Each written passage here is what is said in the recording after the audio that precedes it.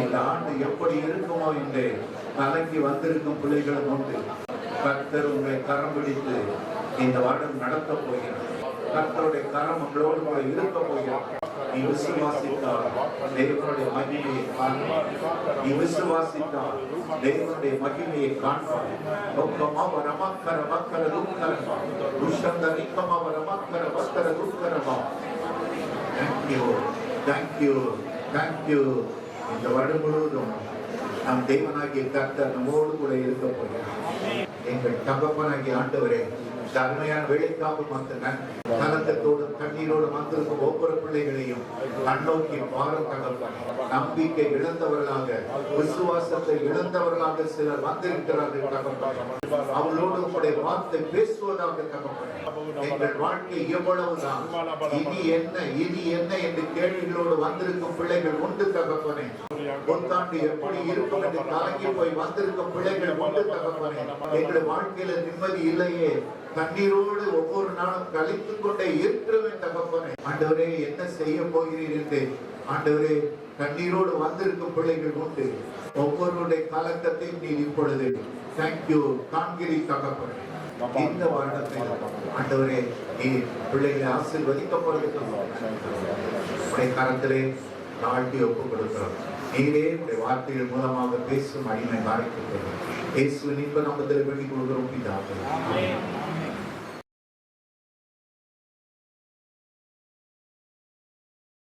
ஆண்டவர் இன்றைக்கு நம் ஒவ்வொருவரையும் ஆசீர்வதிக்கும்படியாக இந்த இடத்திலே கடந்து வரும்படி செய்திருக்கிறார். இந்த வருடம் எப்படி இருக்கும்? ஒவ்வொரு தடவையும் நாங்கள் சில மாதங்களுக்கு முன்பாக செபிப்பது வழக்கம். ஆண்டவர் அநேக நாட்கள் ஜெபத்துக்கு பின்பாக அவருடைய வார்த்தையை கொடுப்பது வழக்கம். இந்த தடவை பாருங்க, அக்டோபர் முகாம் முடித்த பின்பாக என்று என்கிறேன். அப்பொழுதே ஆண்டவர் திடீரென்று ஒரு நாள் விழாவை கவனித்துக் கொண்டிருக்கும் போது ஆண்டவர் பேச ஆரம்பித்தார். இந்த வசனத்தை நான் உங்களுக்கு தருகிறேன். அது மத்தேயு 10ஆம் அதிகாரம் 31ஆம் வசனம். பயப்படாதிருங்கள், அநேக அடைக்கலான் குருவிகளை பார்க்கிலும் நீங்கள் விசேஷித்தவர்களாக இருக்கிறீர்கள். ஹல்லேலூயா. முதல் ஆண்டவர் சொல்றாரு, பயப்படாதீர்கள். இங்கு ஆண்டவர் அதுக்கு முன்பாக நம்ம பார்க்கும்போது சீஷர்களோடு பேசுவதை பார்க்கிறோம். சீஷர்களோடு அவர் பேசி அநேக காரியங்களை அவர்களோடு கூட பேசிக் கொண்டிருக்கிறார். ஊழியத்தை குறித்து பேசுகிறார், நெருக்கங்களை குறித்து பேசுகிறார், நிந்தனைகள் அவமானங்களை குறித்து, பாடுகளை குறித்து பேசுகிறார். ஆனா அப்பொழுது அவர்கள் கலங்கி போன நேரங்களிலே ஆண்டவர் பேசுறாரு, எப்பா பயப்படாதிருங்கள், பயப்படாதீர்கள், அநேக அடைக்கலான் குருவிகளை பார்க்கிறோம், நீங்கள் விசேஷித்தவர்களாக இருக்கிறீர்கள். You are of more value than many sparrows. நம்ம பார்க்கிறோம், இந்த அடைக்கலான் குருவிகள் நம்ம சாதாரணமா நம்முடைய லாங்குவேஜ்ல பாத்தீங்கன்னா சிட்டுக்குருவிகள். இதை நீங்கள் சின்ன வயதுல இருந்தே பார்த்திருப்பீங்க. இந்த அடைக்கலான் குருவிகள் காட்டிலும் நீங்கள் விசேஷித்தவர்களாக இருக்கிறீர்கள். இதுதான் இந்த வருடத்திலே ஆண்டவர் நமக்கு கொடுத்த வாக்குத்தத்தம். ஹல்லேலூயா. நீங்கள் இந்த அநேகம் அடைக்கலான் குருவிகளை பார்க்கிறோம், நீங்கள் விசேஷித்தவர்களாக இருக்கிறீர்கள். இந்த அடைக்கலான் குருவியை பார்க்கிறோம். 29ஆம் வசனத்துல பார்க்கும்போது, ஒரு காசுக்கு 2 அடைக்கலான் குருவிகளை விற்கிறார்கள் அல்லவா, ஆயினும் உங்கள் பிதாவின் சித்தம் இல்லாமல் அவைகளில் ஒன்றாகிலும் தரையில் விழாது. ஹல்லேலூயா. உங்கள் தலையில் உள்ள மயிரெல்லாம் எண்ணப்பட்டிருக்கிறது, ஆதலால் பயப்படாது. இங்க நம்ம பார்க்கிறோம், அடைக்கலான் குருவி அது சாதாரணமா ஒரு காசுக்கு 2 அடைக்கலான் குருவிகளை விற்கிறாங்க. ஆனாலும் அவைகள் மேலும் அவர் நோக்கமாக இருக்கிறார். ஹல்லேலூயா. அந்த சின்ன குருவிதான், ஆனால் அவைகள் மேலும் அவர் நோக்கமாக இருந்து ஆயினும் உங்கள் பிதாவின் சித்தம் இல்லாமல் அவைகளில் ஒன்றாகிலும் தரையில் விழாது. ஹல்லேலூயா. ஆண்டவர் தம்முடைய பிள்ளைகளுக்கு அவருடைய சித்தம் இல்லாமல் ஒன்றையுமே செய்ய மாட்டார். அவரை நம்பும் பிள்ளைகளை, அவரை விசுவாசிக்கும் பிள்ளைகளை, அவரை நேசிக்கும் பிள்ளைகளை நம்முடைய சித்தப்படியே நடத்துகிறார். தம்முடைய சித்தப்படியே எல்லாவற்றிலும் கொண்டு போகிறதை நாம் பார்க்க முடிகிறது. அதனால நம்முடைய தலையிலுள்ள மயிறு கூட அங்கு எண்ணப்பட்டிருக்கிறது. அந்த அளவுக்கு ஆண்டவர் நம்ம மேல கேர் எடுக்கிறார். இன்னைக்கு கூட ஆண்டவர் சொல்றாரு, ஆதலால் பயப்படாதிருங்கள். இந்த உலகத்தில் நம்ம பார்க்கும் பொழுது அநேக வழிகள எதிர்காலத்தை குறித்ததான பயம், நாளை குறித்ததான பயம். அலுவலகத்துக்கு நாளைக்கு போறோமே என்ன நடக்குமோ, இந்த ஸ்கூலுக்கு நாளைக்கு போறோமே என்ன நடக்குமோ, வீட்டுக்கு நாளைக்கு போறோமே என்ன நடக்குமோ, ஒவ்வொரு நேரமும் நிமிஷமும் கூட பயம் மனிதனை ஆட்கொள்கிறது.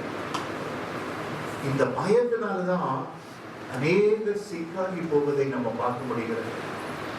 இந்த பயம் அது கர்த்தர் கொடுப்பதல்ல. இந்த பயம் விசுவாசம் இல்லாததுனாலதான் இந்த பயங்கள் நமக்குள்ளாக கடந்து வரும். உண்மையிலே நம்முடைய வாழ்க்கையில பயங்கள் வரத்தான் செய்கின்றன. எல்லா மனிதனுக்கும் மனுஷிக்கும் பயங்கள் வரத்தான் செய்கின்றன. ஆனால் அவரை நோக்கி பார்த்து கொண்டே இருக்கும் பிள்ளைகளுக்கு ஒரு நாளும் பயம் வருவதில்லை. ஹல்லேலூயா. ஏனென்றால் விசுவாசத்தோடு நம்ம பார்த்து கொண்டே இருக்கோம். விசுவாசத்தோடு கர்த்தரை நோக்கி பார்த்து கொண்டே இருக்கிறோம். அதனால பயங்கள் யாவும், அதனாலதான் ஆண்டவர் சொல்றாரு, நீ ஆதலால் பயப்படாதிருங்கள். பிள்ளைகளே, உங்களுக்குள்ளாக ஒவ்வொரு நாளும் பயம், எல்லாவற்றையும் சிலருக்கு பரிச்சை குறித்த பயம், சிலருக்கு எதிர்காலம் எப்படி ஆகுமோ, எப்படி நடக்குமோ, இப்படியாக ஒவ்வொரு நாளும் பயங்கள். பணத்தை குறித்த பயம், வாடகை செலுத்த முடியுமோ, எப்படியாக ஃபீஸ் கட்டுவது, ஒவ்வொரு நாளும் ஒவ்வொரு விதமான கவலைகள் மனிதனை நெருங்குகின்றன. ஆண்டவர் சொல்றாரு, இந்த வருடத்திலே பயப்படாதிருங்கள். பயப்படாதிருங்கள். ஒவ்வொரு நாளும் நம்மை வழிநடத்துவது நம்முடைய தகப்பனாகிய கர்த்தர். ஹல்லேலூயா. அவர் நிறைய இந்த உலகத்தில் நெருக்கங்கள் வரத்தான் செய்யும். ஆனால் அவற்றின் மத்தியிலும் ஆண்டவர் நம்மை ஒவ்வொரு நாளும் வழிநடத்துவதை பார்க்கிறோம்.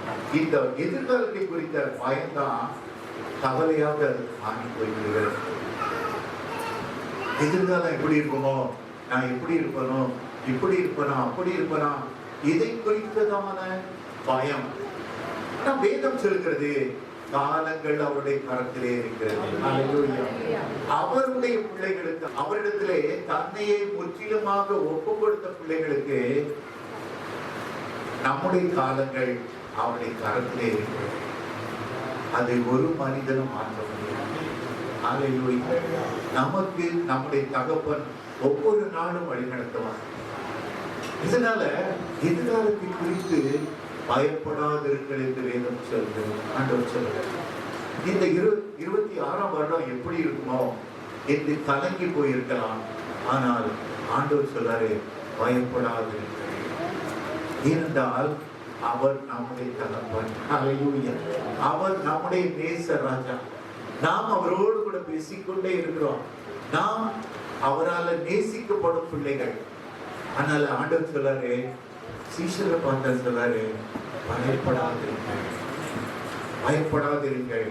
மத்தேயு 6ஆம் அதிகாரம் 25 to 32 வரைக்கும் யாராவது வாசிங்க. ஆகையால் எண்ணத்தை உண்போம், எண்ணத்தை குடிப்போம் என்று உங்கள் ஜீவனுக்காகவும், எண்ணத்தை உண்போம், எண்ணத்தை குடிப்போம் என்று நம்முடைய ஜீவனுக்காகவும், எண்ணத்தை உடுப்போம் என்று சரீரத்துக்காகவும் கவலைப்படாதீர்கள் என்று உங்களுக்கு சொல்லுகிறேன். ஆகாரத்தை பார்க்கும் ஜீவனும் உடையை பார்க்கும் சரீரம் விசேஷித்தல் அல்லவா? ஆகாயத்து பட்சிகளை கவனித்து பாருங்கள். அவை விதைக்கிறதும் இல்லை, அறுக்கிறதும் இல்லை, களஞ்சியில் சேர்த்து வைக்கிறதும் இல்லை. அவைகளையும் உங்கள் பரமபிதா பிழை போட்டுகிறார். அவைகளை பார்த்து நீங்கள் விசேஷித்தல் அல்லவா? கவலைப்படுவதனாலே உங்களை எவன் தன் சரீர அளவோடு ஒரு மனத்தை கூட்டுவான். உடைக்காக நீங்கள் கவலைப்படுகிறது என்ன? காட்டு புஷ்பங்கள் எப்படி வளர்வதென்று கவனித்து பாருங்கள். அவைகள் உழைக்கிறதும் இல்லை, நூற்றுவதும் இல்லை. என்றாலும் சாலமோன் முதலாய் தன் சர்வ மகிமையிலும் அவளை ஒன்று போல ஆற்றல் முடிக்கிறதில்லை என்று உங்களுக்கு சொல்லுகிறேன். இங்க பாக்குறோம், ஆண்டவர் ஆகாயத்து பட்சிகளை கவனிச்சு பாருங்கன்னு சொல்றாங்க. இங்க முதல்ல பாக்குறோம், அடைக்கலான் குருவிகளை பார்க்கிற நீங்கள் விசேஷித்தவர்கள் என்று. இங்க பாக்குறோம், ஆகாயத்து பட்சிகளை நீங்கள் கவனித்து பாருங்கள். அவைகள் விதைக்கிறதும் இல்லை, அவைகள் அறுக்கிறதும் இல்லை, களஞ்சியங்கள்ல ஒன்று கூட சேர்த்து வைக்கிறது இல்லை, அடுத்த நாளைக்குன்னு ஒன்று கூட சேர்த்து வைக்கிறது இல்லை. அவைகளையும் உங்கள் பரமபிதா பிழை கூட்டுகிறார். ஹல்லேலூயா. இதுக்கு இப்படி ஆகணுமே, அதுக்கு அப்படி வேணுமே, இப்படி வேணுமே, அதற்கு பணம் வேணுமே, எல்லாத்தையும் நினைத்து நினைத்து எத்தனையோ வருடங்களுக்கு பின்பாக நடக்க போறது குறித்து கூட சில கவலைகளை இழுத்து போட்டுக்கொண்டு தினம் கவலைப்பட்டு அப்போ உடம்பு என்னாகும், சிக்காக மாறி போய்விடும். ஆனா நான் ஆண்டவர் சொல்றாரு, நீங்கள் விசேஷித்தவர்களாக இருக்கிறீர்கள். Special one. ஆண்டவருடைய ரத்தத்தாலே கழுவப்பட்டவர்கள், ஆண்டவருடைய பிள்ளைகள், ஸ்பெஷல் ஒன். ஹல்லேலூயா. அவர்கள் எதனாலும் அவருடைய தகப்பட்ட நேரடியா போகலாம், பேசலாம், எல்லாத்தையும் வாங்கிக் கொள்ளலாம். அதனால ஆண்டவர் சொல்றாரு, கவலைப்படுகிறதுனால் உங்களில் எவன் தன் சரீர அளவோடு ஒரு முழத்தை கூட்டுவார். அநேகர் இங்க இருக்கிற அநேகர் கூட ஒவ்வொரு நாளும் கவலை, கொஞ்ச நேரம் கிடைச்சுனாலும் சரி கவலை கவலை கவலை, ஏதாவது யோசித்துக் கொண்டு இருக்கிறீர்கள். ஆனால் ஆண்டவர் சொன்னார், நீங்க தான் ஸ்பெஷல் ஒன்ஸ், நீங்க தான் என்னுடைய பிள்ளைகள். நீங்க அநேகம் அடைக்கலான் குருவிகள், அவைகள் பறந்து பறந்து பறந்து செல்லும் பொழுது அடுத்த நாளை குறித்து கவலைப்படுவதே. அவைகள் சந்தோஷமாக ஒவ்வொரு நாளையும் கிடைத்துக் கொண்டிருக்கின்றன. ஆனா தேவனுடைய பிள்ளைகளாகிய நீங்கள் ஒவ்வொரு நாளும் கவலைப்பட்டுக் கொண்டே இருக்கிறீர்கள்.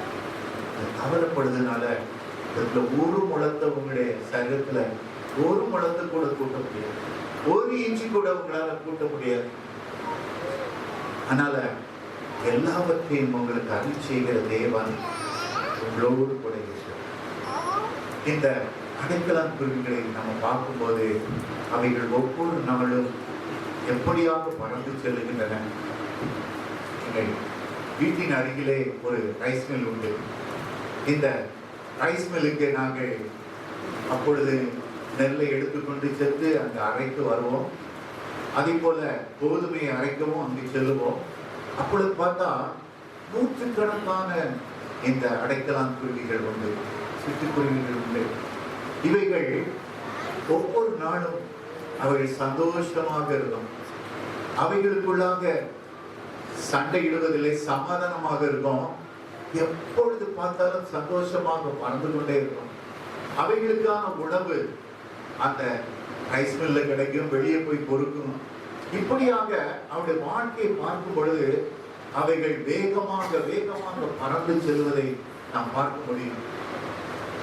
அந்த ரைஸ் மில்ல மேல ஒரு இடத்துல அவைகள் தங்கள் கூடுகளை வைத்திருப்பதை பார்க்கும். எந்த பூனையும் அந்த பக்கம் போக முடியாது. பாதுகாப்பான ஒரு இடத்திலே அவைகள் கூடுகளை அமைப்பதை நம்ம பார்க்க முடியும். அதனால அவைகள் ஒவ்வொரு நாளும் சந்தோஷமாக அவைகள் பறந்து கொண்டே இருக்கும்.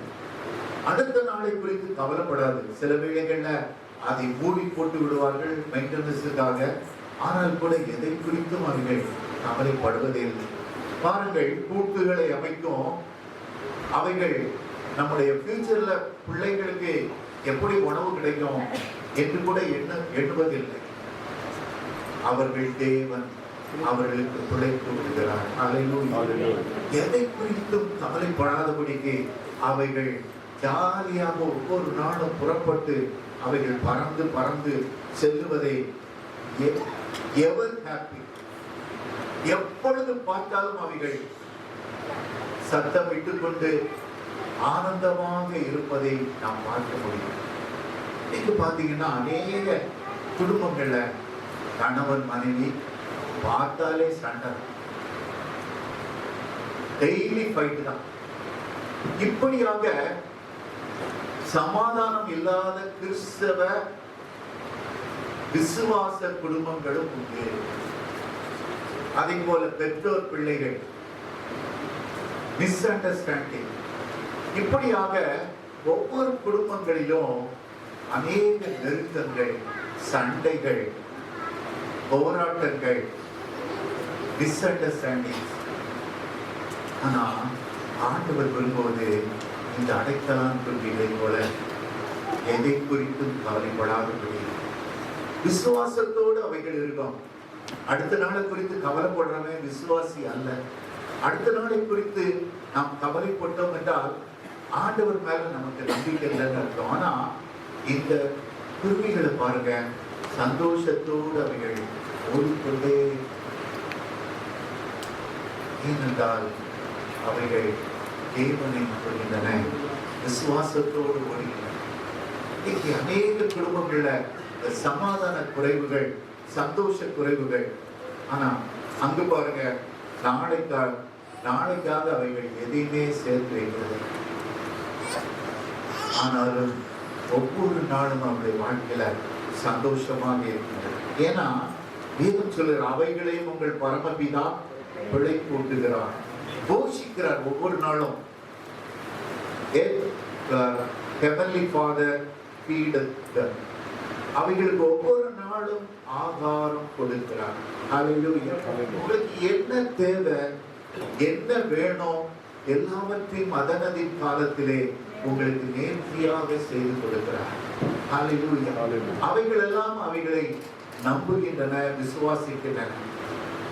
ஆனா வேதம் சொல்லுகிறது, நாம் அடைக்கலாம் குருவிகளை பார்க்கிறோம், நீங்கள் விசேஷித்தவர்களாயிருக்கிறீர்கள். ஒரு சின்ன குருவிக்கு கூட கர்த்தர் போஷிக்க எல்லாவற்றையும் கொடுக்கிறார். எல்லாவற்றையும் அவர் அந்த சிறிய அற்பமாக எண்ணப்படும் குருவிகளை கூட இதான் கேர் எடுக்கிறார். சின்னோண்டு குருவிதான், அந்த குருவிக்கு மனித வேலையவே கொடுக்கறது இல்ல, அது அற்பமாக எண்ணப்படும் குருவிதான். ஆனா அதை கூட ஆண்டவர் கேர் எடுக்கிறார். அவைகளை கவனித்துக் கொள்ளும் பொழுது தன்னுடைய சாயலால் உருவாக்கப்பட்ட மனுஷனுக்கு எவ்வளவு கேர் எடுப்பார். அநேக வேளைகள்ல நீங்க நினைக்கீங்க, எங்களுக்கு கேர் எடுக்கிறதுக்கே யாரும் இந்த உலகத்துல யாருமே இல்லை, ஆண்டவரே எங்களை மறந்துட்டாரு. அப்படியாக நீங்கள் நினைக்கும் பிள்ளைகள் இந்த இடத்துல வந்திருக்கீங்க. வாழ்க்கையை சமைத்து போய்விட்டன, இதோடு என் வாழ்க்கையை முடித்து போயிட்டேன். ஆனா அழைக்கலாம் குருவிகளை பார்க்கலாம், நீங்கள் விசேஷித்தவராயிருக்கிறீர்கள். அவர் தம்முடைய சாயலால் உருவாக்கப்பட்ட மனுஷிக்கு எவ்வளவு கேர் எடுப்பாரு. His beloved children மேல எவ்வளவு கன்சர்ன் இருக்கும், அவருக்கு எவ்வளவு அக்கறை இருக்கும். அதனால பயப்படாதிருங்கள். இந்த வருஷத்துல நாம் பயப்படாமல் எந்த சிச்சுவேஷனுக்குள்ளாக கர்த்தர் நடத்தி கொண்டு சென்றாலும் சந்தோஷமா இருங்க. ஏனென்றால் ஒரு அடைக்கலம் குருவிக்கு ஆண்டவர் கேர் எடுக்கும் போது தன்னுடைய ரத்தத்தாலே கழுவப்பட்ட மனுஷிக்கும் எவ்வளவு கேர் எடுப்பாரு. சொல்றாரு, என்னுடைய உள்ளங்கையில் உங்களை எல்லாம் மறைஞ்சிருக்கிறேன். அவருக்கு தெரியாத மனுஷி இல்லவே இல்லை.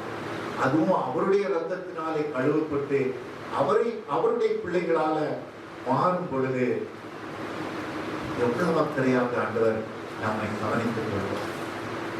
ஆபிரகாமுடைய வாழ்க்கையை நம்ம வாசித்து பார்க்கும் பொழுது, அதை தியானித்து பார்க்கும் பொழுது, விசுவாசத்தினாலே அங்க நம்ம பார்க்கிறோம், எபிரேயர் 11:8 பார்க்கிறோம், விசுவாசத்தினாலே ஆபிரகாம் தான் சுதந்திரமாக பெறப்போகிற இடத்துக்கு போகும்படி அழைக்கப்பட்ட போது,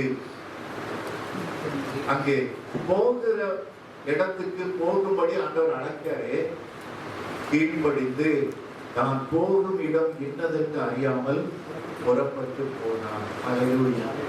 எவ்வளவு ஆச்சரியமான காரியம். எங்க போறோம்னு தெரியாது, ஆனா கூட்டிட்டு போறோம் கர்த்தர். அவர் மட்டும் பார்த்துட்டு இன்னைக்கு நம்முடைய வீடுகளில் கூட ஏதாவது ஒரு வீடை பார்க்க போறீங்கன்னா, நான் உனக்கு ஒரு வீடு பார்த்துருக்கேன் வந்து குடியேறுன்னு சொன்னா யாராவது குடியேறுவாங்களா? நம்முடைய மனைவி கூட வருவாங்களா? நான் பார்க்காம எப்படி வர முடியும்? எங்கன்னு தெரியாம எப்படி வர முடியும்? சிச்சுவேஷனை பார்க்காம எப்படி வர முடியும்? ஆனா தேவாதி தேவனை விசுவாசத்தோடு ஒரு மனிதன் நம்பினான். எங்கன்னே போறது தெரியாது. ஆண்டவர் கேள்வியே கேட்கல, வா நான் ஒரு இடத்தை நீ சுதந்திரிக்கும்படியாக அழைத்துக் கொண்டு போறேன். எந்த இடம், எங்க, ஏது, புறப்படுப்பா. உடனே புறப்பட்டார். அவர் மட்டுமல்ல, அவரோடு கூட இணைந்த அவருடைய மனைவி இருவரும் ஒரே மனதுள்ளவர்களாக தேவனுடைய பிள்ளைகளாக புறப்பட்டார்கள். இன்னைக்கு மனைவிமாரோ கணவனோ சண்டை போடுவாங்க. எப்படி இந்த வீட்லயா வந்து பார்க்க வந்திருக்கீங்க, இதுலயா குடியேற வந்திருக்கீங்க, எதுவுமே தெரியாது, எங்க போறோம்னு தெரியாது. அப்படிப்பட்ட ஒரு வாழ்க்கை. ஆனால் கர்த்தரினை கரம்பிடித்த போதும் நான் அவர் கூடவே எங்குன்னு கூட தெரியாம அவர் கீழ்ப்படித்து தான் போகும் இடம் இன்னதென்று அறியாமல் புறப்பட்டு போனான். ஹல்லேலூயா. அதே போல பாருங்க, அங்க போய் ஒரு இடத்துல செட்டில்மெண்ட் அதுவும் இல்லை. 9ஆம் வசனம் பாருங்க. விசுவாசத்தினாலே ஆபிரகாம் வாக்குத்தத்தம் பண்ணப்பட்ட தேசத்திலே பரதேசி போல சஞ்சரித்து கூடாரங்களிலே குடியிருந்தான். வாக்குத்தத்தம் பண்ணிட்டாரே, இதை நீ சோதரிக்க போறன்னு சொல்லி, ஆனாலும் ஆண்டவர் அங்கு வீட்டை கொடுக்கவில்லை. வீடை அவரும் பார்க்கல, அவருக்கு விருப்பம் இல்லை. ஆண்டவர் எங்க நிக்க சொல்றாரோ அங்க நின்னாரு. ஆண்டவர் எங்க போக சொன்னாரோ அங்க போனாரு. அந்த நாட்கள்லாம் நீங்க பார்த்துருப்பீங்க, ஹோட்டல்ஸ் எல்லாம் கிடையாது. இப்ப மாதிரி நம்ம ஆண்டவர் ஒரு இடம் டிராவல் பண்ணி போக சொல்றாங்க, போகலாம், வழியில சாப்பிட்டு போயிடலாம். காலைல இருந்து ஒரு இடம், ஈவினிங் அந்த இடம், இப்படி நான் பிளான் பண்ணி போய் கொண்டு இருக்கிறோம். ஆனா எங்கு போவதற்கே தெரியாது. ஆண்டவர் எங்க நடத்துறாரோ அவர் முன்னால போவாரு, அவர் நடத்தி கொண்டே போவார், இவங்க பின்னால போவாங்க. ஆண்டவர்கள் நிற்பாட்ட சொன்னா நின்றுவாங்க. யாத்திராகமத்தின் புத்தகத்திலே நம்ம பார்க்கிறோம், இஸ்ரவேல் ஜனங்களை கர்த்தர் அப்படிதான் நடத்துறாங்க. எங்க நிறுத்த சொல்றாரோ அங்க நின்றுவாங்க, எங்க தங்க சொல்றாங்களோ அங்க தங்கம். ஒவ்வொரு நாளும் விசுவாசத்தினாலே நிரப்பப்பட்ட ஒரு வாழ்க்கை, ஆண்டவரை பார்த்து கொண்டு செல்லும் ஒரு வாழ்க்கை. இப்போ நம்ம வாசிக்கும் போது பிளஸ்ன்னு சொல்லலாம். ஆனா அந்த நாட்கள்ல உள்ள சிச்சுவேஷனை நீங்க பார்க்கும் பொழுது, எந்த நாளைக்கு சாப்பாடு எடுத்துட்டு போனோம் சொல்லுவாரு. அவர் எங்க போய் கூடாரம் அடிக்க சொல்லுவாரு, அந்த இடத்தை பிக்ஸ் பண்ணி கொடுப்பதே ஆண்டவர் தான், பரலோகம் தான் நிர்ணயிக்கும். அதுக்கு பிறகு உடனே சரி இந்த இடத்துல நல்லா இருக்கிறோம், கொஞ்ச நாள் ஜாலியா இருக்கலாம் நினைக்க கூடாது. அடுத்தது ஆண்டவர் திடீர்னு ஒரு நாள் புறப்பட சொல்லுவாரு, இந்த இடம் போடுவோம். இங்க போயிட்டே இருப்பாங்க, திடீர்னு இந்த இடத்துல கூடாரம் போடுவாங்க. அவர் சொல்லுகிறபடியே செய்து வாழ்ந்த ஒரு ஆபிரகாமின் வாழ்க்கை. இன்னைக்கு விசுவாசிகளின் தகவல் சொல்றோம், நம்ம எத்தனை கேள்விகளை கேட்கிறோம். எப்படி ஆகும், இது எப்படி நடக்கும், எவ்வளவு கேள்விகளை கேட்டு கொண்டே ஓடுகிறோம். அவர் வாழ்ந்த வாழ்க்கையை விசுவாசிக்கிறார். எங்க போறோம் தெரியாத ஒரு வாழ்க்கை பாருங்க. அந்த இடத்துல கூட வாக்குத்தத்தம் பண்ணப்பட்ட தேசத்திலே பரதேசி போல சஞ்சரித்து கூடாரங்களிலே குடியிருந்தார். பரதேசினா without fixed place, fixed house, எந்த இடமும் இல்லை, வீடும். இப்படி ஒரு வாழ்க்கை. அந்த நேரத்தில் பாருங்க, சோதனைகள் வரத்தான் செய்தது. ஆதியாகமம் 12ஆம் அதிகாரம் 10 முதல் 20 வரைக்கும் நீங்கள் வாசித்து பார்த்தீங்கன்னா, அங்கு பஞ்சம் வந்ததுனால எகிப்து தேசத்துக்கு போனாங்க. ஆனா பார்வோன் அரண்மனையில எல்லாரும் புகழ்ந்தார்கள். பார்வோன் இடத்துல, பார்வோன் அரண்மனைக்கு சாராள் கொண்டு போகப்பட்டாள். ஆனா ஆபிரகாமின் கண்கள் திறந்திருந்த கண்கள். சாராளோடு எவ்வளவு மைட்டி ஏஞ்சல்ஸ் போயிருக்காங்கன்னு ஆபிரகாமுக்கு தெரியல. என்னுடைய துணைவிக்கு எவ்வளவு மைட்டி ஏஞ்சல்ஸ் கூட இருக்காங்க, எந்த பார்வனும் தொட முடியாது. அந்த விசுவாசம், அதனாலதான் அவர் கண்கள் திறக்கப்பட்டவராக இருந்தாலும் எதை குறித்தும் டென்ஷன் ஆகல, கொண்டு போகல. நிச்சயமாகவே இந்த ஏஞ்சல்ஸ் கர்த்தர் என்னுடைய மனைவியை விடுவித்துக் கொண்டு வரும். அதே போல பாருங்க 17ஆம் வசனத்துல பாருங்க, ஆபிரகாமின் மனைவியாகிய சாராய் நிமித்தம் கர்த்தர் பார்வோனையும் அவன் வீட்டாரையும் மகாவாதைகளால் பாதித்தார். ஹல்லேலூயா.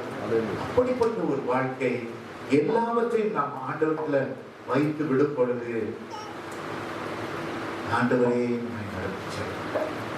அன்னையினுடைய வாழ்க்கையில கூட அநேக வாழ்க்கையில பார்க்கிறேன். எல்லாவற்றையும் அவருடைய கரத்திலே கொடுத்திருக்கும் பொழுது அவரே பொறுப்படுத்திக் சந்தோஷமான ஒரு வாழ்க்கை, எல்லா பாரத்தையும் அவரிடத்துல வைத்து இளைப்பாறுதல் பண்ணும் ஒரு வாழ்க்கை. வருத்தப்பட்ட பாரம் சுமக்கிறவர்கள் நீங்கள் எல்லாரும் என்னிடத்தில் பாருங்கள், நான் உங்களுக்கு இளைப்பாறுதல். ஒவ்வொரு நாளும் நாம் பாவ பாரங்களை தூக்கி கொண்டு செல்கிறோம், இந்த உலகத்தின் பாரங்களை தூக்கி கொண்டு செல்கிறோம். ஒவ்வொருத்தருக்கும் நெருக்கங்கள், போராட்டங்கள். ஆனால் ஆபிரகாமை பாருங்க, இடமே தெரியாது, எந்த தந்திரமும் தெரியாது, எப்படிப்பட்ட சூழ்நிலைன்னு தெரியாது, கூட உள்ளவன் எப்படிப்பட்டவன் தெரியாது, தந்திரிடத்துல இருக்கவெல்லாம் எப்படிப்பட்டவன் தெரியாது. அவ்வளவு மோசமான சூழ்நிலை தான் கர்த்தர் ஒருவரே அவரை கரம் பிடித்து நடந்துச்சு. அதனால அவர் எல்லாவற்றையும் கர்த்தரிடத்தில் ஒப்புவிட்டு அவர் சந்தோஷமா இருந்தார். இப்ப கூட கவலைகளோடு எதிர்காலத்தை குறித்த கண்ணீரோடு நீங்கள் வந்திருக்கலாம். ஆனா இன்றைக்கு ஆண்டவரிடத்துல எல்லா கஷ்டங்களையும் சொல்லி பாருங்க, அவர் மேல் உங்களை பாரத்தை வைத்து விடுங்கள். நீதிமானை ஒருபோதும் கர்த்தருக்கு பாய்ந்த பிள்ளைகளை ஒரு நாளும் தள்ளாட விட்டார். ஒவ்வொரு நாளும் அவர் தாங்கி நடத்துவதை நம்ம பார்க்க முடியும். ஒவ்வொரு நாளும் அவர் நம்மை நடத்துகிற விதம் அருமையான. இந்த வருடத்திலும் அவர் நம்மை கரம் பிடித்து வழிநடத்துவார்.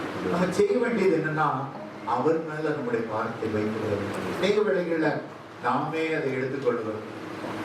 அங்க வைக்கிற மாதிரி ஆண்டவரே பாரும் சொல்லி வச்சுட்டு அவரு பாதத்துல வச்ச பிறகு எல்லாத்தையும் தூக்கி மறுபடியும் இருதயத்துல வச்சுட்டு பாரத்தோடு அந்த இடத்தை விட்டு கடந்து செல்லுவோம். ஆனா வேதம் சொல்கிறது கர்த்தர் மேல் ஒரு பாரத்தை வைத்து அபிமானி ஒருபோதும் நம்முடைய விசுவாசம் ஆண்டவரோடு கூட நெருக்கமாக இருக்கும். ஆண்டவர் மேல மட்டும் வைத்துக் கொண்டு நம்ம செல்லும் பொழுது நம்ம எதிர்காலத்தை குறித்து நம்ம கவலைப்படவே மாட்டோம். இந்த நாட்கள் அவர் நடந்து கொண்டு இருக்கும் பொழுது பாருங்க, ஆதியாகமம் 14ஆம் அதிகாரத்துல பார்க்கிறோம், லோத்துக்காக ஒரு பெரிய போரை செய்ய வேண்டியதாயிடுது. 4 பெரிய ராஜாக்களோடு போரிட்டு வெறும் 318 பேர் தான் அங்க இருந்தாங்க ஆபிரகாமோடு கொண்டு. ஆனா அவ்வளவு பேரையும் மேற்கொண்டு, ஏனென்றால் ஒரு நீதிமானோடு கூட இந்த உலகத்தின் ஜனங்கள் மட்டுமல்ல, பரலோகத்தின் தேவதூதர்களும் அவர்களுக்காக நிற்பார்கள். நீங்க ஆபீஸ் போகும்போது கூட அண்ணன் அடிக்கடி சொல்லுவாங்க, உங்களோடு கூட கர்த்தருடைய பிரசன்னத்தை எடுத்துக்கொண்டு செல்லுங்கள், கர்த்தருடைய ஏஞ்சல்ஸ் உங்க கூட கூட்டிக் கொண்டு செல்லுங்கள். அப்பொழுது ஒருவேளை நம்ம ஆபீசர் பிசாச போல இருக்கலாம், ஐடி டாமினேட்டிவா இருக்கலாம், திட்டலாம், ஒவ்வொரு நாளும் நீங்கள் பயந்து நடுங்கி கொண்டு இருக்கலாம். இந்த ஆளோட ஏன் ஒவ்வொரு நாளும் நீங்க பயந்துகிட்டே ஆபீஸ் போகலாம். ஆனா கர்த்தரை கூட அழைத்துக் கொண்டு செல்லுங்கள். அதுவரைக்கும் நாய் போல குறைத்தவன் கூட அப்படி பற்றி பாம்பாக அடங்கி போயிருக்கிறார். ஹalleluya. அதற்கு முன்பாக செல்லுங்கள், நன்றாக ஆவியிலே நிறைந்து சென்று அந்த பிசாசின் அந்தகார கிரியைகளை நீங்கள் கடிந்து கொண்டு விட்டு நீங்கள் அந்த அறைக்குள்ளாக செல்லுங்கள். அதுவரைக்கும் கடித்து கொண்டு இருப்பது போல இருக்கணும், வாயை மூடிக்கொண்டு அமைதியா. ஹalleluya. அதனால எங்கு சென்றாலும் கர்த்தருடைய கரம் உங்களோடு இருக்குமாறு ஜெபத்திலே தரித்திருங்கள். ஆண்டவருடைய ஆவியானவரால் நிரப்பப்பட்டவர்களாக, அக்கினியினாலே நிரப்பப்பட்டவர்களாக நீங்கள் செல்லும் பொழுது ஒரு மனிதன் உங்களை ஏற்றுகிறார். கர்த்தர் உங்களுக்கு உதவி செய்வார். இங்க பாருங்க, ஆபிரகாம் போறாருன்னா போதும், 5 ராஜாக்கள் எதிர்கொள்ள முடியல. ஆனா ஆபிரகாம் வெறும் 318 பேரை வச்சுட்டு போறாரு. பரலோகம் அவருக்கு உதவி செய்வது.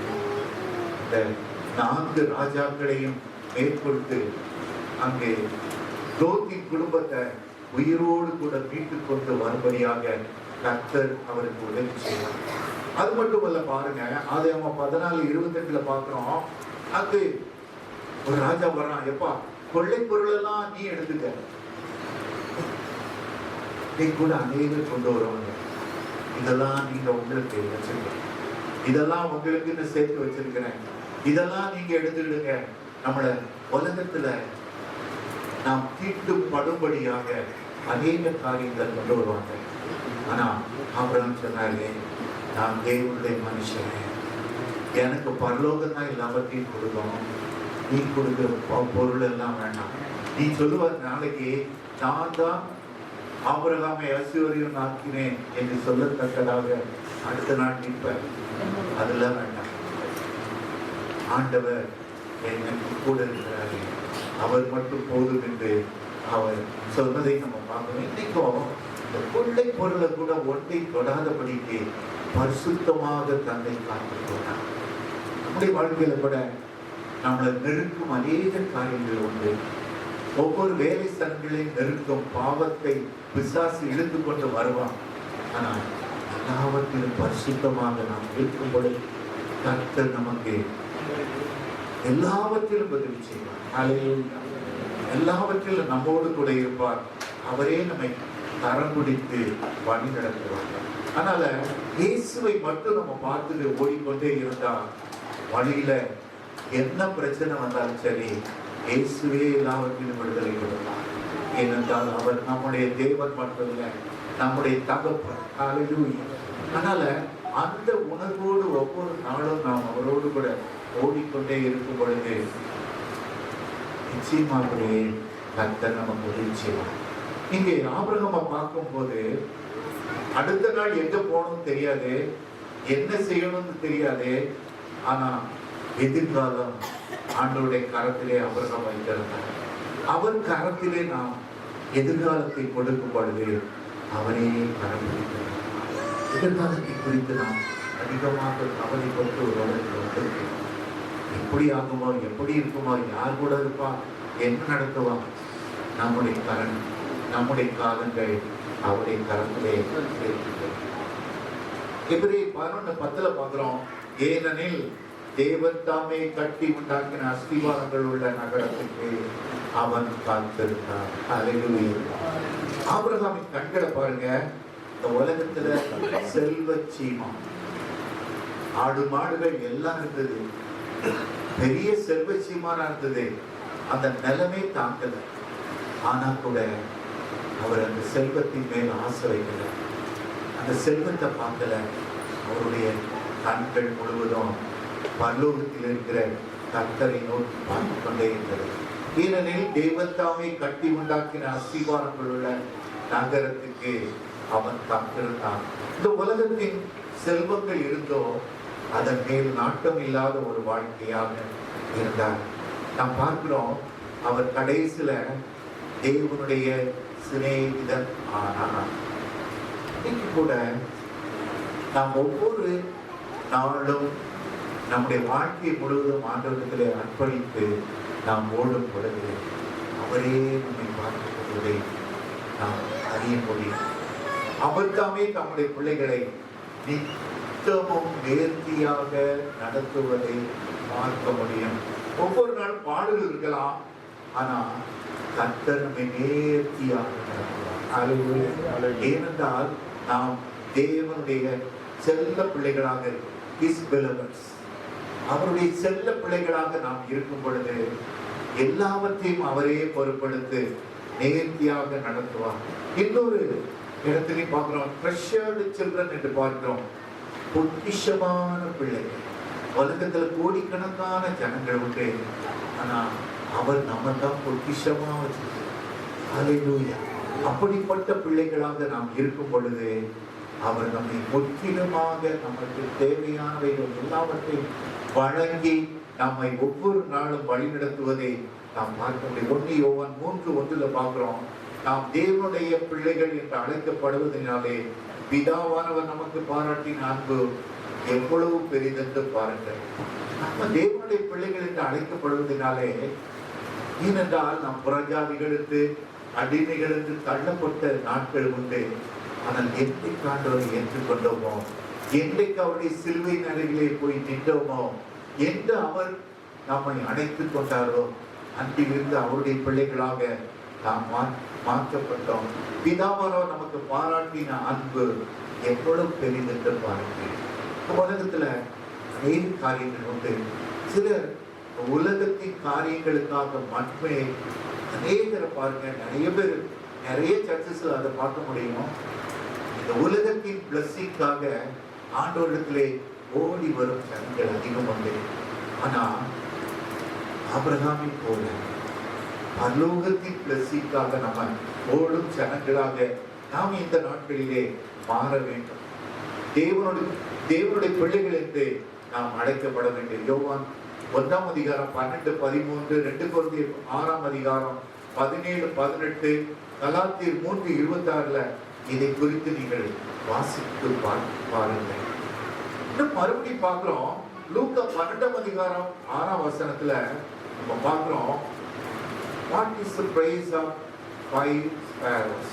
5 அடைக்கலம் குருவிகளுக்கு அங்கு என்ன விலை என்று பார்க்கும் பொழுது, ஆங்கில வேதம் பார்க்கிறோம் 2 copper coins, மிகவும் குறைந்ததான ஒரு விலையுடைய இந்த காப்பர் காயின்ஸ் 2 கொடுத்துட்டா அங்கு 5 ஸ்பேரோவை கையில் கொடுத்துருவாங்க. ஆனா கூட ஆண்டவர் சொல்லாரு, அவைகளை ஒன்றாகிலும் தேவனால் மறக்கப்படுவதில்லை. ஹல்லேலூயா.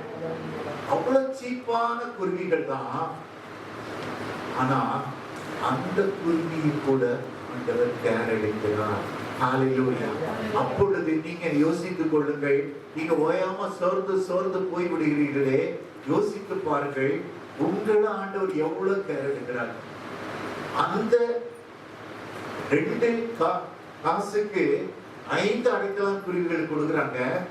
அந்த 2 காப்பர் காயின்ஸுக்கு விற்கப்படும் 5 அடைக்கலம் குருவிகளை காட்டிலும் அதுக்கு ஆண்டவர் அவைகளில் ஒன்றாகிலும் தேவனால் மறக்கப்படுவதில்லை. அது கூட ஆண்டவர் மறப்பதில்லை. ஒரு சின்ன குருவியை கூட ஆண்டவர் மறக்காதவர். அவருடைய இரத்தத்தினாலே கழுவப்பட்டு அவருக்காக பரிசுத்தமாக வாழும் பிள்ளைகளை எப்படி கைவிடுவார்? ஹல்லேலூயா. ஆனாலும் ஆண்டவர் சொல்ல, பயப்படாதீர்கள், பல அடைக்கலம் குருவிகளை பார்க்கிறோம், நீங்கள் விசேஷித்தவர்களாக இருக்கிறீர்கள். இந்த 2026 வருடத்துல கூட இந்த இந்திய நம்முடைய தேசத்துல நெருக்கங்கள் வரத்தான் செய்யும், பிரச்சனைகள் வரும், கலக்கங்கள் நமக்கு இந்த அந்த தேசத்துல உள்ளவங்களுக்கு கலக்கங்கள் வரத்தான் செய்யும். ஆனாலும் தேவனுடைய பிள்ளைகளாகிய நமக்கு நம்முடைய தேவன் நம்மோடு கூட இருந்து நம்மை வழிநடத்துவார். ஹல்லேலூயா. அதனால அதை குறித்து நாம் கவலைப்படக்கூடாது. இந்த வருடத்துல எல்லா இடமும் நெருக்கங்கள், போராட்டங்கள் இருப்பதை நம்ம பார்க்க முடியும் நம்முடைய தேசத்துல. ஆனா எல்லாவற்றின் மத்தியிலும் கர்த்தர் நம்மை கரம் பிடித்து வழி நடத்துவார். ஏன்னா நாம் தேவனால் தெரிந்து கொள்ளப்பட்டு தேவனுடைய குடும்பத்திற்கு இயேசு மூலமாக சுவீகார புத்திரமாகும்படி நம்மை முன்குறித்திருக்கிறார் என்று பார்க்கிறோம். எபேசியர் 1:4 முதல் 6 வரைக்கும், 1 தெசலோனிக்கேயர் 1:4 2ஆம் அதிகாரம் 13ஆம் வசனத்துல நாம் இதை குறித்து வாசிக்க முடியும். நாம் இந்த glorious grace நாம் பெற்றுக்கொள்ளும் பிள்ளைகளாக இருக்கிறோம். பரலோகத்தின் எல்லா கிருபைகளையும் பெற்றுக்கொள்ளுகிற ஸ்வீகார புத்திரராக நாம் தேவனுடைய பிள்ளைகளாக நாம் இருக்கிறோம். இது பார்க்கிறோம். வேதம் சொல்கிற 1 பேதுரு 1ஆம் அதிகாரம் 18-19 நீங்க வாசித்து பார்க்கும் பொழுது, சாதாரண பொன்னினாலோ வெள்ளியினாலோ நாம் மீட்கப்படாமல் பாவமற்ற பழுதற்ற தெய்வ ஆட்டுக்குட்டியான விலையேறப்பட்ட இயேசுவின் ரத்தத்தால நாம் மீட்கப்பட்டோம். அதனால்தான் ஆண்டவர் சொல்றாரு, கிரயத்துக்கு கொல்லப்பட்டீர்களே. அல்லேலூயா. கிரயத்துக்கு அவர் கொண்டார் என்றால் நாம் அவருடைய பிள்ளைகளாக இருக்கும் பொழுது நம்மை பராமரிக்க வேண்டியது, ஒவ்வொரு நாளும் நம்முடைய தேவைகளை சந்திக்க வேண்டியது யார் பொறுப்பு தெரியுமா? நமக்காக ஜீவனை கொடுத்த இயேசுவின் பொறுப்பு. நமக்காக தன்னுடைய ரத்தத்தை சிந்தி நம்மை மீட்டுக் கொண்ட இயேசுவின் பொறுப்பு. அதனால நாம் அவருடைய புத்திரராக இருக்கிறோம்.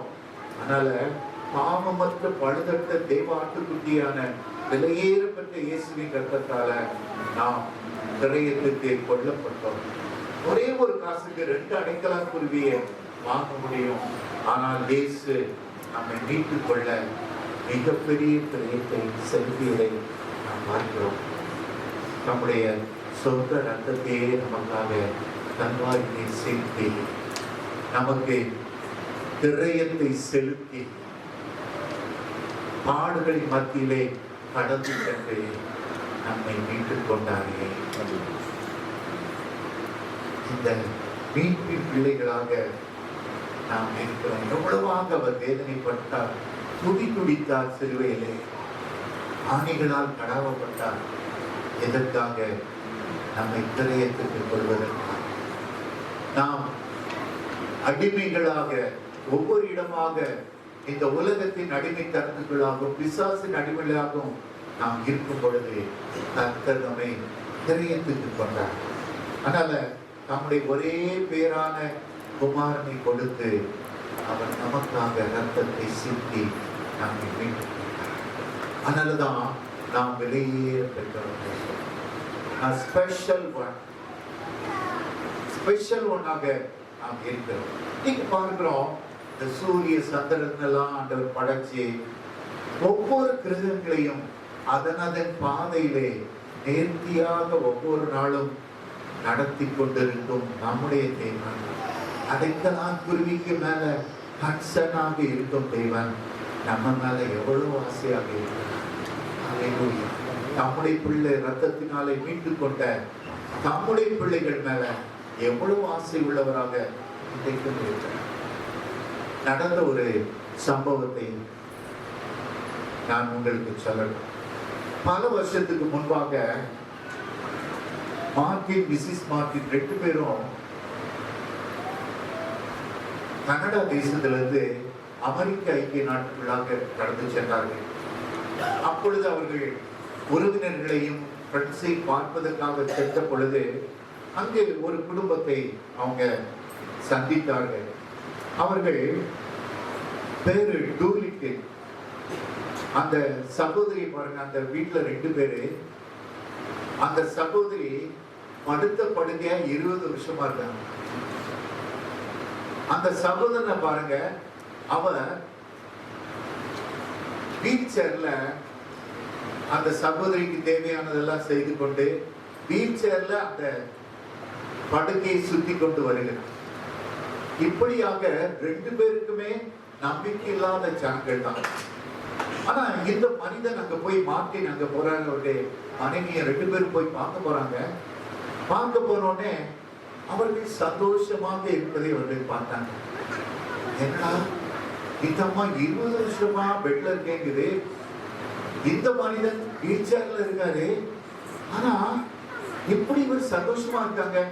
2 பேரும் ஆச்சரியமாக இருக்காங்க. இவர்கள் தேவனை துதித்துக் கொண்டே இருந்தார்கள். பார்க்கிறோம், நமக்கு ஒரு சின்ன கஷ்டம் வந்தோடனே, என்ன ஆண்டவரே, என்ன போய் இப்படியா பண்ணிட்டீங்களா ஆண்டவரே, ஆண்டவர் மேல முழு. ஆனா 20 இயர்ஸ் ஒரு அம்மா பெட்ரிட்டன்ல இருக்காங்க, ஒரு மனிதன் வீல் சேர்ல இருக்கிறாரு. அந்த மனிதன், அவங்க 2 பேரும் சொல்றாங்க, நாங்கள் கர்த்தருக்குள் சந்தோஷமா இருக்கோம். கர்த்தரை துதித்து கொண்டே இருக்காங்க. எப்படியா? நன்றி உணர்ச்சியினால அவர்கள் துதித்து கொண்டே இருந்தாங்க. இதுக்கு மேல என்ன பண்ண போறீங்க? உங்க ஃபியூச்சர் என்ன? எப்படி இந்த மனிதன் கேட்கும் பொழுது அவங்க சொன்னாங்களா, எங்களுடைய நம்பிக்கை எதிர்காலம் எல்லாம் இயேசுவே. ஹல்லேலூயா. எங்களுக்கு எந்த கவலையும் கிடையாது. எங்களை கர்த்தர் ஒவ்வொரு நாளும் நித்தமும் நடத்தி கொண்டே வருகிறார். அப்பதான் அவங்க சொன்னாங்களா, எப்படி இந்த சூழ்நிலையிலே இவ்வளவு சந்தோஷமாகவும் நம்பிக்கையாகவும் இருக்கீங்கன்னு இந்த 2 பேரும் கேட்ட உடனே அவங்க சொன்னாங்களா, தேவனுடைய கண்கள் அடைக்கலம் குறுகியே பார்த்து கொண்டே.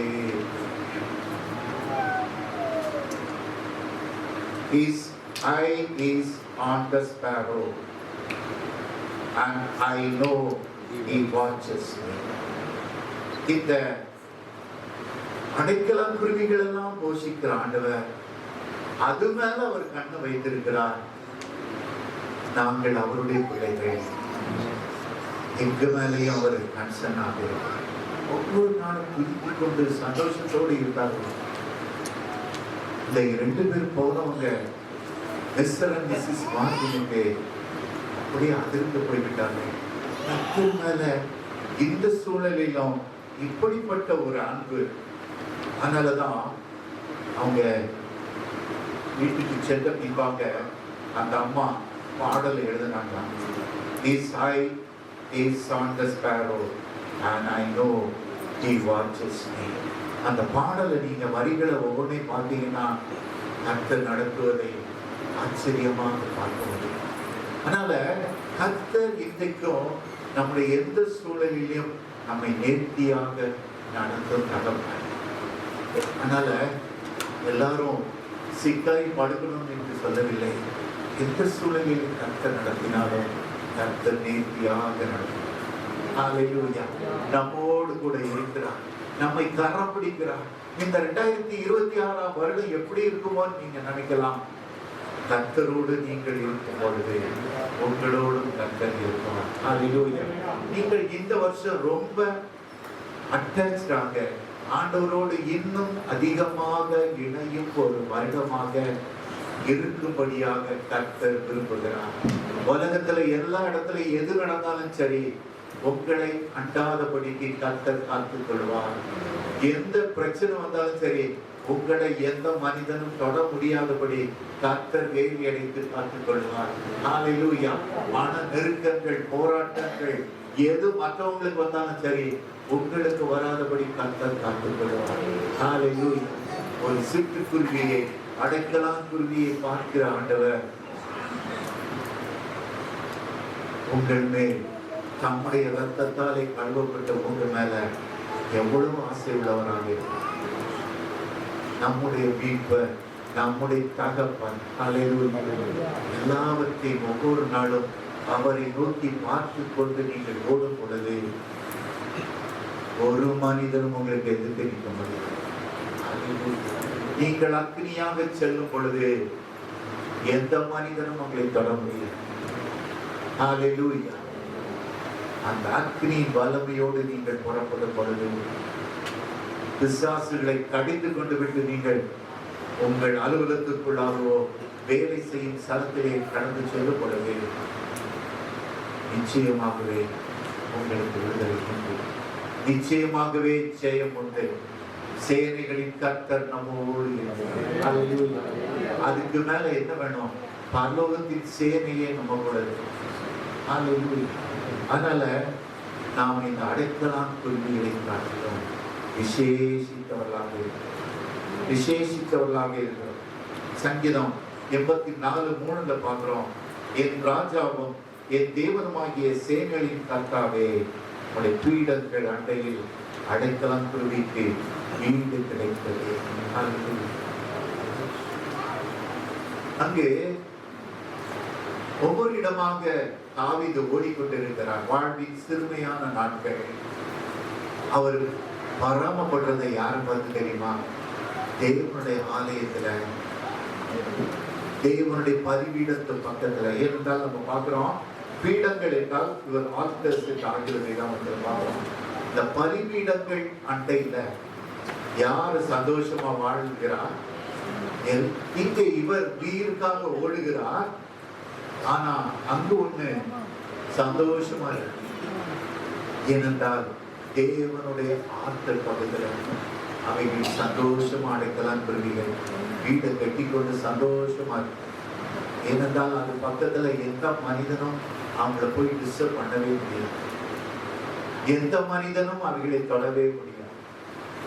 ஆனால் அவைகள் சந்தோஷமாக ஆடி பாடி அவைகள் புறப்பட்டு செல்லுகின்றன, மறுபடி வருகின்றன, மறுபடி புறப்பட்டு ஓடுகின்றன. ஒவ்வொரு நாளும் அவைகளுக்கு கவலையே. ஏனென்றால் இருப்பது எங்க தெரியுமா? தேவனுடைய பரிபீட தண்டையில. தேவனுடைய பரிபீட தண்டையில இன்றைக்கு நமக்கு ஒரு அடைக்கலம் உண்டு. எங்கு நெருக்கங்கள் போராட்டங்கள் வந்தாலும் சரி, எங்கு மனிதர்கள் நம்மை நெருக்க துடித்தாலும் சரி, அக்னி ஆஸ்திரங்களை எய்தாலும் சரி, nobody can touch us. Hallelujah. ஏனென்றால் எங்க இருக்கிறோம்? அவருடைய நமக்காக சிலுவையிலே பலியாக மாண்ட இயேசு கிறிஸ்துவின் பரிபீட தண்டையில், அவருடைய சிலுவையின் நிழலிலே, அவருடைய சிலுவையின் அண்டையிலே, அவருடைய சிலுவையின் அடியிலே நாம் நம்மையே ஒப்புக் கொடுத்து அங்கு நமக்கு வீடு உண்டு. அங்கு நாம் வாசப்படும் சங்கம் உண்டு. அங்கு எந்த பிசாசாவது வர முடியுமா? தொட முடியுமா? எந்த பகைவனாக வர முடியுமா? தொட முடியுமா? நாம் சந்தோஷமாக இந்த வருடத்தில் தானே நெருக்கங்கள் இருந்தாலும் போராட்டங்கள் இருந்தாலும் எல்லாவற்றின் மத்தியிலும் நம்மை தொட ஒரு மனிதனுக்கு அதிகாரம் தேவையில்லை. இந்த அக்னினாலே நிரப்பப்பட்டவர்களாக அவருடைய பரிபீட தண்டையிலே ஒவ்வொரு நாளும் சேர்ந்து நாம் அந்த விளைவிலே நாம் ஒவ்வொரு நாளும் இருப்பது எந்த சத்ருவும் நம்மை தொடாதபடி கர்த்தர்தாமே நாமும் இந்த சிட்டுக்குருவிகளை போல ஆவியிலே பறந்து பறந்து செல்லும் அனுபவத்தை அநேகருக்கு கர்த்தரித்த நாட்களிலே இந்த 2026 வருடத்திலே நமக்கு கொடுத்து போகிறார். ஹல்லேலூயா. அதனால சந்தோஷமாக ஆவியிலே நிறைந்து நாம் மறந்து கர்த்தர் எங்கெங்க கூட்டு போறாரோ எல்லா இடத்துக்கும் ஆவியிலே கடந்து செல்ல போகிறோம். இன்னைக்கும் கவலைகளை யாவற்றையும் கர்த்தரிடத்திலே வைத்து விடுங்கள். 2020 என்ன நடந்தாலும் சரி, இயேசு என்னோடு இருக்கும் வருஷம், என் தகப்பனாகிய இயேசு தம்முடைய பிள்ளைகளோடு இருக்கும் வருஷம். அதனால ஆண்டவரை நம்மோடு கூட எங்குக்கு அழைத்து செல்ல வேண்டுமோ அங்கெங்கு அழைத்து செல்லப்படுது. கர்த்தர் நம்மோடு இருக்கும் பொழுது எல்லா இடத்திலும் அவர் வாழாக்காமல் நம்மை தலையாக மாற்றினார். நீ கீழாகாமல் மேலாக மாறுவார். உன்னோடு கூட கர்த்தர் இருக்கும் ஒரு வருடமாக இந்த வருடம். ஆனா அவரோடு கூட ஒவ்வொரு நாளும் ஐக்கியத்தோடு ஆவிலே நிறைந்தவர்களாக உங்கள் இடத்திலிருந்து புறப்படும் பொழுது கர்த்தர் நிச்சயமாகவே உங்களை நடத்தப்படுகிறார். இந்த வருடம் நாம் ஆவியிலே பறக்கிற வருடமாக இருக்க போகிறது. ஹல்லேலூயா. அந்த ஆவியை இப்பொழுது நாம் பெற்றுக்கொள்ளப் போகிறோம். எல்லாரும் முழங்கால் படித்து ஆண்டவர்களே அந்த ஆவியை மேல ஊற்றுன ஆண்டவரே, ஆண்டவரே அடைக்கலாம் குருவிகளை போல நாங்களும் கவலையே இல்லாம ஆண்டவரே நாங்கள் பறந்து பறந்து சமூகத்திலே வரும் வருடமாக இந்த வருடத்தை மாற்ற மாட்டாரே. இப்பொழுதும் உம்மிடத்திலே நாங்கள் வருகிறோம் தகப்பனே. அப்படியாக ஆவியானவர் எங்கள் மேல ஊற்றப்படட்டும். எங்கள் மேல ஆவியை ஊற்றும் பொழுது nobody can touch us. எந்த மனிதனும் மனுஷனையும் தொட முடியும், எந்த ஆபீசரும் தொட முடியாது. இந்த வருடத்தில் தானே கர்த்தர் உங்களோடு கூட இருக்கிற வருடம். உலகத்தில் அநேக நெருக்கங்கள், போராட்டங்கள், தோல்விகள் மற்றவங்களுக்கு வரலாம். ஆனால் கர்த்தருடைய பிள்ளைகளாகிய நமக்கு ஏற்றும் வெற்றி. என்றும் வெற்றியே, என்றும் சமாதானமே, என்றும் சந்தோஷமே. ஏனென்றால் நம் அடைக்கலம் குருவிகளை காட்டிலும் விசேஷித்தவர். அடைக்கலம் குருவிகளை காட்டிலும் விசேஷித்தவர். We are special. We are special. We are special. பிரியமான தேவ ஜனமே, நமது அன்பு சகோதரர் அவர்கள் கொடுத்த தேவ செய்தியை உங்களிடமாக நாங்கள் ஒளிபரப்பி உள்ளோம். இந்த தேவனுடைய வார்த்தை உங்கள் ஒவ்வொருவருக்கும் பிரயோஜனமாக இருந்திருக்கும் என்பதில் எனக்கு எந்த சந்தேகமும் இல்லை. இந்த தேவனுடைய வார்த்தையை மற்றவர்களிடமாகவும் நீங்கள் பகிர்ந்து கொள்ளும்படி உங்களை நான் அன்போடு கூட கேட்டுக்கொள்கிறேன். உங்களுக்கு இருக்கும் ஜெப விண்ணப்பங்களை எங்களிடமாக தெரியப்படுத்த நாங்கள் வாஞ்சிக்கிறோம். திரையில் காணப்படுகிற தொலைபேசி எண்ணிற்கும் அலைபேசி எண்களுக்கும் நீங்கள் அழைத்து உங்கள் ஜெப விண்ணப்பங்களை சொல்லும் பொழுது உங்களுக்காக நாங்கள் ஜெபிக்க ஏதுவாக இருக்கும். 24 மணி நேரமும் உங்களுக்காக நாங்கள் ஜெபிக்க வாஞ்சிக்கிறோம். திரையில் காணப்படும் எண்ணை நீங்கள் தொடர்பு கொண்டால் தேவனுடைய வார்த்தையை உங்களுக்கு நேராக ஊழியர்கள் கொண்டு வருவார்கள். எங்களது இணையதள சேவைகள் யாவும் திரையில் காணப்படுகிறது. முகநூல், ட்விட்டர் மற்றும் இன்ஸ்டாகிராம் பக்கத்தையும் பின்தொடரவும். எங்களது யூடியூப் சேனலை நீங்கள் சப்ஸ்கிரைப் செய்யும் பொழுது இதில் பதிவிடப்படும் தேவனுடைய வார்த்தை உங்கள் வீடுகளுக்குள்ளாகவும் உங்கள் கைகளுக்குள்ளாகவும் புறப்பட்டு வரும். நமது ஊழியத்தின் உபவாச கூட்டங்களுக்கு உங்களை நாங்கள் அன்போடு கூட அழைக்கிறோம். ஒவ்வொரு மாதமும் முதலாம் வார சனிக்கிழமை கேரளா மூணாரில் உள்ள ஹோட்டல் ஹில்வியூவில் வைத்து உபவாச கூட்டம் நடைபெறுகிறது. கேரளா மூணார் சகோதர சகோதரிகளே, மறவாமல் கலந்து கொள்ளவும். ஒவ்வொரு மாதமும் 2வது வாரம் ஞாயிற்றுக்கிழமை மகாராஷ்டிராவில் உள்ள மும்பை கல்யாணில் வைத்து உபவாச கூட்டங்கள் நடைபெறுகிறது. மும்பை சகோதர சகோதரிகளே, தவறாமல் அதில் கலந்து கொள்ளுமாறு உங்களை அன்போடு கூட கேட்டுக்கொள்கிறோம். ஒவ்வொரு மாதமும் 3வது சனிக்கிழமை திருநெல்வேலி தென்காசி மாவட்டத்தில் உள்ள ஹோட்டல் ஆனந்தா கிளாசிக்கில் வைத்து உபவாச கூட்டங்கள் நடைபெறுகிறது. திருநெல்வேலி தென்காசி மாவட்டத்தில் உள்ள உங்கள் யாவரையும் அன்போடு கூட கலந்து கொள்ளும்படி உங்களை அழைக்கிறோம். ஒவ்வொரு மாதமும் 4வது ஞாயிற்றுக்கிழமை சென்னையில் வைத்து YMCA பிராட்வே ஹைகோர்ட்டிற்கு எதிரே உபவாச கூட்டங்கள் நடைபெறுகிறது. சென்னையில் இருக்கும் அன்பு சகோதர சகோதரிகளே, மறவாமல் பங்கேற்குமாறு உங்களை அழைக்கிறோம். இந்த உபவாச கூட்டங்கள் காலை 10 மணி முதல் மாலை 5 மணி வரை நடைபெறும். தவறாமல் எங்களோடு கூட கலந்து கொள்ளுங்கள். தேவ வல்லமையை பெற்றுக் கொள்ளுங்கள். இது குறித்து தானே விவரங்களை மேலும் அறிய திரையில் காணப்படும் எண்களை தொடர்பு கொள்ளவும். உங்களுக்கு சாட்சிகள் இருக்குமாயின் திரையில் காணப்படுகிற மின் அஞ்சல் முகவரிக்கு அதை பகிரும்படி உங்களை அன்போடு கூட கேட்டுக்கொள்கிறோம். எழுதி அனுப்ப வேண்டும் என்று விருப்பப்படுகிறவர்கள் திரையில் காணும் எங்கள் விலாசத்திற்கு உங்களது சாட்சிகளை கடிதம் வாயிலாக எங்களுக்கு அனுப்பிவிடுமாறு உங்களை நாங்கள் அன்போடு கூட கேட்டுக்கொள்கிறோம். கர்த்தர் தாமே உங்கள் ஒவ்வொருவரையும் ஆசீர்வதிப்பாராக. ஆமேன்.